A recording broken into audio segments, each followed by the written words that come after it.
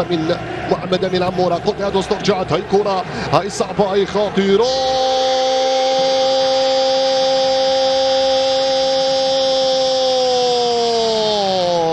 عاد من الإصابة. نعم عاد من الإصابة، فاختاره فلاديمير بيتكوفيتش أساسيا، ففضل أن يسجل أول الأهداف بعد خطأ فادح من كندرسون نافارو. لم يتسامح مينغويري عند الدقيقة 19 من غمار وحداثات الودية.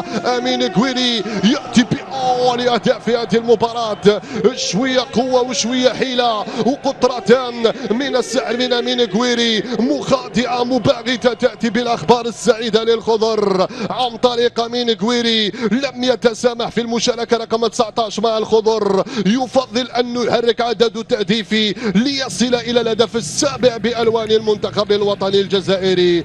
تخطئون تدفعون الثمن كاش.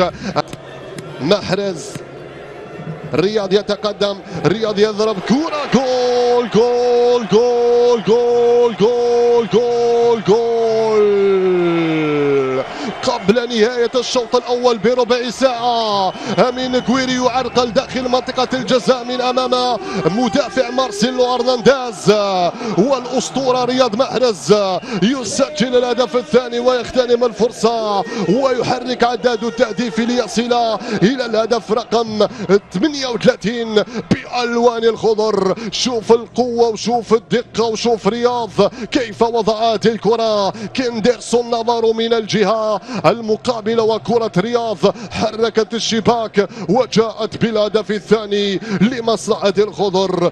شوية قوة وشوية دقة وقطرتان من سحر رياض تعطيك الهدف الثاني لمصلحة الخضر. 2-0 للخضر أمام منتخب غواتيمالا في هذه المباراة التحضيرية المهمة على أرضية ملعب لوجي فيراريس.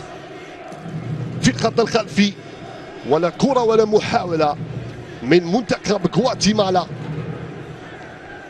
اللمسة، الضغط من أشرف عبادة. مهمة هذه المباريات لأشرف عبادة، قدم مستوى داخل المنطقة لرياض لمحمد أمين عمورة. هذه كرة للثالث، هذه كرة للثالث، هذه كرة للثالث، يا سلام.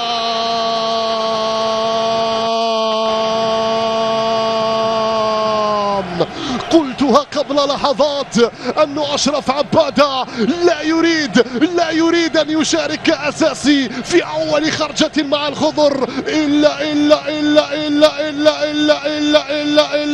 ترك بصمة بتسجيل لهدف وتسديدة على إيقاعات. سجل يا أشرف بكل قوة بكل دقة في الزاوية 90. يضع أشرف، شوف الكرة، شوف اللعبة، شوف كيف ارتدت وكيف سددها من على مشارف منطقة الجزاء. يكتب التاريخ أشرف عبادة ويسجل أول أهدافه مع الخضر. شوية قوة وشوية دقة وقطرة